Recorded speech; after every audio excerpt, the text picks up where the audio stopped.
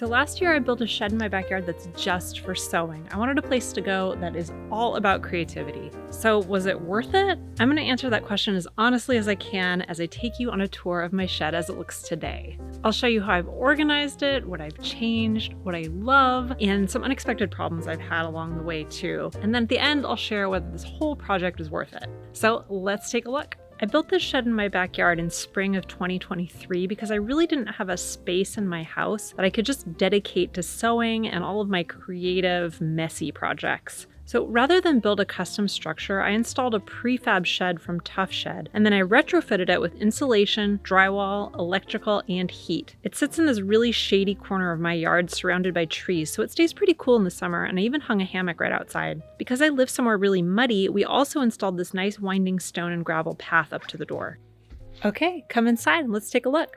So when you first come in, you enter through these French doors, and I really just love the natural light that they provide for the whole space. I made these linen curtains. I used a sheer linen so it wouldn't interfere too much with the light. And most of the time I just keep them knotted like this. So I just knot them in the middle just to allow even more light in. So these French doors were an option when we bought the shed. So we didn't add those in. That was just one of the options that you could get with the shed. And I really, again, I just love the light that it provides. It's great for sewing, and it's also good for filming videos and all the other stuff that I do in here. So for me personally, natural light is just one of those things that really perks me up. I think it makes a space just feel really good, and it kind of makes me feel more creative and more energized for sewing. So if you have a space where maybe you don't have as much natural light as you'd like, but you have access to a window, you can think about ways that you can maximize it by, for example, using sheer curtains. So you still get the look of curtains, but you get that light flowing around you. Okay, so there's a few things I wanted to show you in this first corner. So first of all, I have this peg rail, the small peg rail that I hung up next to the door. So I have this on both sides of the door. And I use this both to hang my coats like you see here, but I also use it to hang tote bags. So I have a few tote bags that I've made, and I'm constantly carting stuff back and forth from the shed to the house and back again. So I use these tote bags all the time, and I love having a rack to hang them on. So I really appreciate having vertical storage and places where I can hang things. And I'll show you a few other ways that I use them throughout the space, but having something like this, whether it's a simple hook or a peg rail like this, is really, really valuable to me. Next, I wanted to show you these cafe curtains that I made. So I made these in this really, really beautiful eyelet lace. Cafe curtains are one of the easiest, fastest projects you can do. I didn't even need to really sew anything other than a hem at the top and the sides. They have lace on the bottom. They have the scalloped edge on the bottom, so I didn't even need to hem the edge. And then they just have these clips at the top. So you just clip them onto the rod. And I used an unlacquered brass rod that I got from a company called Pepe and Carol's. And I have these in all 4 windows throughout the space. And again, they just let in a ton of natural light, and they have that really classic, beautiful, romantic look to them. So in the corner underneath this mirror and window, I have this rolling bin, which is an industrial laundry bin. I use this to store some unsightly things like photo equipment, lighting equipment, things that are not that pretty. And I just keep them in the bin. And because it rolls, I can move it around. I can move it out from under the mirror if I need to look in the mirror. I want to sew or get maybe a vintage quilt to put over the top just to kind of cover up all this black stuff. But I think for now, it really helps to just have a place to kind of stash everything. Okay, next up, moving a little bit more towards the corner, is this mirror. So this is a 2-foot by 3-foot mirror, and it's great. I love having a mirror in my sewing space or near my sewing space so that I can try things on, see how they look. I can drape fabric over me and just see how it looks and kind of envision what the final project's gonna look like. So a 2-foot by 3-foot one hung on the wall is plenty fine for me. I can step back from it and pretty much see my whole body. Of course, a floor-length mirror is great if you have access to a floor-length mirror, but if you don't, a mirror hung on the wall can work almost as well. And this one has this cute squiggly border that I just think is really adorable. And it's in this light wood. I tried to keep everything really, really light and bright in here. Just that really enhances my creativity. I don't know why. I really like light, airy colors in my workspace.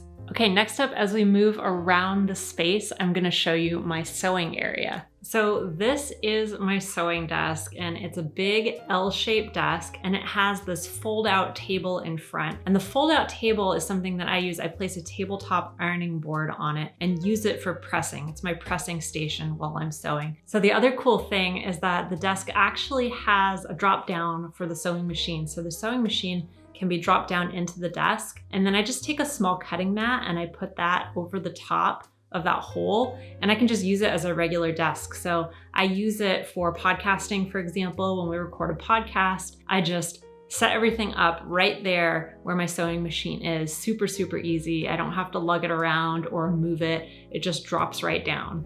So I think one thing that you can take away from this is that it's really, really helpful to have space-saving tables in your space. Just having a fold-out table or a table that has leaves that fold out that you can use for different things. You can use it for cutting, you can use it for pressing. It's really, really helpful, especially if you're short on space. So on this desk, I have my sewing machine here, and then I have my serger here, and I have a rolling stool, like the kind you'd see in a doctor's office or a dentist's office, and I just roll between them. Just roll, roll, roll. The next thing I wanted to share here is my mood board. I love having a mood board in my space. It just makes it so fun. It's so inspiring to come in and see all the projects that I have planned out, all the inspiration, all in one place. I like to pin pieces of fabric on there, trims that I find that are inspiring, and having it right there with my sewing stuff is wonderful. So some of you might remember that in my old sewing space, which is my office in the house, I had a whole wall that was covered in batting and that I used as a pin board in there. And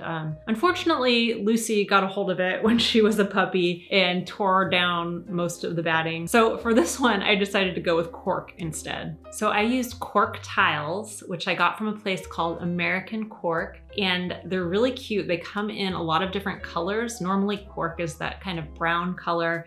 It just kind of always looks the same, but they actually offer it in a bunch of different colors. So I ended up getting a lighter kind of beigey pink color, which I absolutely love. I think it goes in the space really well and adds to the kind of airiness that I like. So these come in tiles, and I just affix them to the wall with command strips. If you don't have room for a big mood board on your wall like this, just buy a piece of foam core, use that as your mood board for the season, and then you can reuse it in subsequent seasons, and that works really, really well too. All right, next I want to talk about lighting. So if you watched my first tour of this shed, you saw my beautiful paper lanterns, which I got from a Danish company called Hay, and they're just your classic paper lantern. So I was a little concerned when I got them that they might not provide enough light, especially in the winter months. It gets dark here around 4 p.m., so I'm often sewing at night and I need good lighting. And these provide a really, really soft, beautiful, glowing light, but I was concerned that even though the ambiance would be nice, it might not be great for sewing. And actually it's worked out really, really well. I think the light they provide is really beautiful. It's really nice. I do think I could benefit from having more task lighting. So I'm gonna look for a lamp or something that I can put in the corner of my desk and just provide a little bit of extra light where I need it. But for the most part, the lighting in here hasn't really been a problem. Okay, next up, as we move in a circle around the space, we have this big shelving unit. So this is actually 3 shelving units from IKEA pushed together. And this provides a ton of vertical storage for me. So I have these colorful milk crates scattered throughout the whole shelving unit. And I use those for equipment, and I also use them for all my scraps. So I have all my scraps organized by color into the different color bins, which is really, really helpful because I can actually just go to the green bin, for example, to look for scraps of green fabric. And it's really, really organized and kind of nice, but it also looks pretty. So one thing I did add recently is this cute little vintage step stool. And I found that it was kind of hard to get stuff off the top shelves for me. I could do it, but it was kind of a pain and I kind of dreaded it. So I found this cute little blue vintage step stool at an antique store last weekend. And for 30 bucks, it makes my life a lot easier. So if you have a lot of vertical storage, if you have a big shelving unit like this, something as simple as a step stool can make using it and using all aspects of it from the top to the bottom a lot easier. I also got this file box to organize kind of like my inbox of fabrics. So these are the fabrics that I'm planning to sew with really soon. And if you watched my fabric organization video recently, then you've already seen this. And I really like having this so I don't have fabric spilling out everywhere. And I can have everything kind of in one place and pretty much protected from the sun. I also have all my vintage sewing patterns at the top here, and they're organized by decade. So they're in little wooden boxes. They're tagged with the decade, whether they're separates or dresses. And then each pattern is in its own sleeve, and it has a backing board behind it to keep it stiff. So those I just got from a comic book supply place. I also have this cute portable record player down here and some external speakers that I got, and I set those up with it. And it's not the fanciest record player, it's just a little portable one, but I actually love having my record collection out here, and I can just listen to records while I'm sewing. So if I don't feel like listening to a podcast or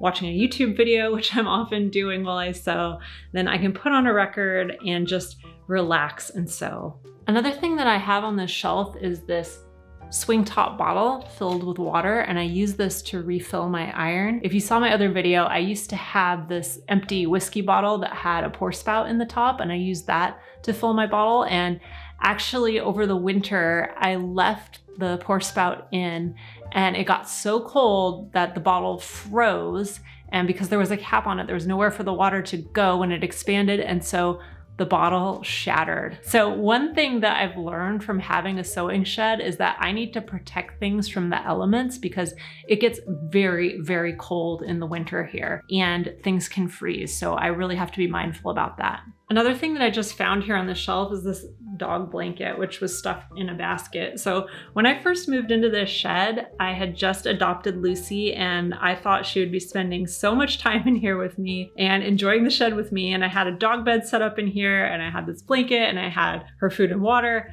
But she doesn't like hanging out in here. It is really small for a dog her size. She's 50 pounds now, and she'll poke her head in when she sees me in here, but that's about it. So it isn't the doggy paradise that I thought it was gonna be. I also more recently got this wheeled chair. So I bought this chair to have something for Haley to sit on when she comes and we do our podcasting here together. So it's nice because I can roll it around the room, but I've also found it to be really helpful to have near my cutting table, so I can just leave things on it, things that I've cut. I can drape pattern pieces over it, and it just provides a little bit of extra horizontal space for my stuff. Okay, next, as we move around the room and we're almost done, is my cutting area. So I have this big fold-out cutting table with drawers underneath. So this is actually a koala cabinet, and it's made for this express purpose. So I have a giant cutting mat on top, and I use this for almost all my cutting. And then underneath that, I have this cabinet that opens up, and there are drawers inside,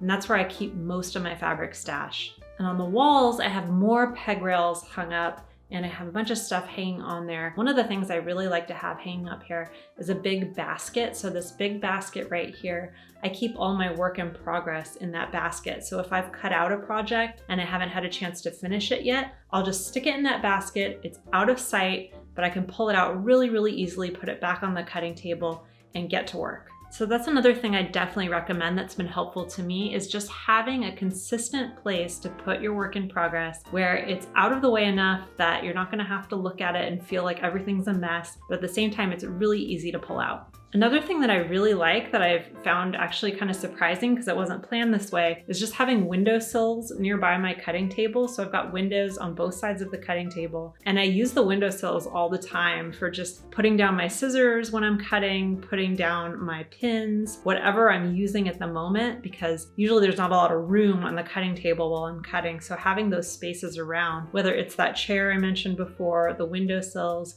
or maybe you have a little rolling cart you could use, but a place to put stuff as you're cutting is really, really helpful. Another thing I have that I really like, I've been using one of these for years, is a thread caddy. So this is a big box that is made for holding thread, and I just store it between the wall and the cutting table, so it's out of sight most of the time. I can pull it out, grab the thread I need, and the thread doesn't take up a lot of space. So one thing I do not like in this space is this rug. So I got this rug, which is a very plain, simple cotton rug, because I wanted a light color, because again, I wanted it to be light and bright and airy in here, but I also wanted something that was gonna be machine washable, because I knew it would get dirty. And that part is fine. I like that I have a machine washable rug, but because it is so light, it just gets filthy dirty. Like, it just gets so muddy, and I come in here, I track stuff in here. Even though I take my shoes off, I still get pine needles, and I found a pine cone in here the other day. I don't know how that got in here. Lucy tracks, she gets muddy paw prints on here when she comes in here, so I'm constantly cleaning it. And I think I would just do better with something that's a little bit darker or has a pattern on it. So I haven't figured out what to replace it with, but I think that's gonna be on my list. All right, so next up I wanted to show you this floor basket. So this is where I house all my patterns that I've already used. So I roll them up and I put them in the basket. And then more recently, I've been using it for my bulky fabric. So if you watched my fabric organization video, you saw this already, but I took my bulky fabrics out of the drawers where they'd been stored and they were taking up so much room. I rolled them on these tubes and I put them in this basket so that they're more vertical. Again, vertical storage is really a lifesaver when you're in a small space. I really like having them rolled up like this, but as you can see, they are starting to kind of overflow this basket as well. Okay, so was building this sewing shed worth it for me? That's the question. And I've been thinking about this, and ever since I was a little kid, I've just been kind of obsessed with this idea of having my own space to retreat to, whether it's like a tree house or a little fort or something. And so I kind of feel like having this space is sort of living this childhood dream, like something deep within me that really wanted a creative space and a place that I could just go and be myself and enjoy the things that I enjoy and just have time to decompress. That's what it feels like, a place to decompress. So to me, this very much feels like a sanctuary. It feels like a very special place to me, and it is a very special place to me. So I think it was absolutely worth it for me to do this. That said, I have the space to do this. I have the means to do this. Not everybody does. I'm very, very lucky to be able to build a space like this for myself. And I think that if you don't have the space, you don't have the ability to do that right now, I think you can still create that feeling of sanctuary for yourself, of having a place to go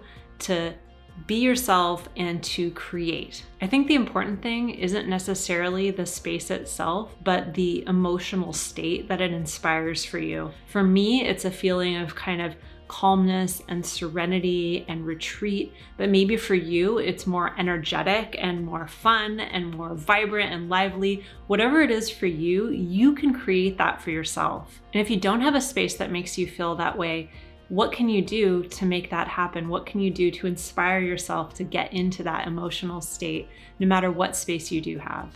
And by the way, if you want to see what this shed looked like when I first moved in, be sure to watch this video next, where I give a tour of my shed right after I moved in and set everything up.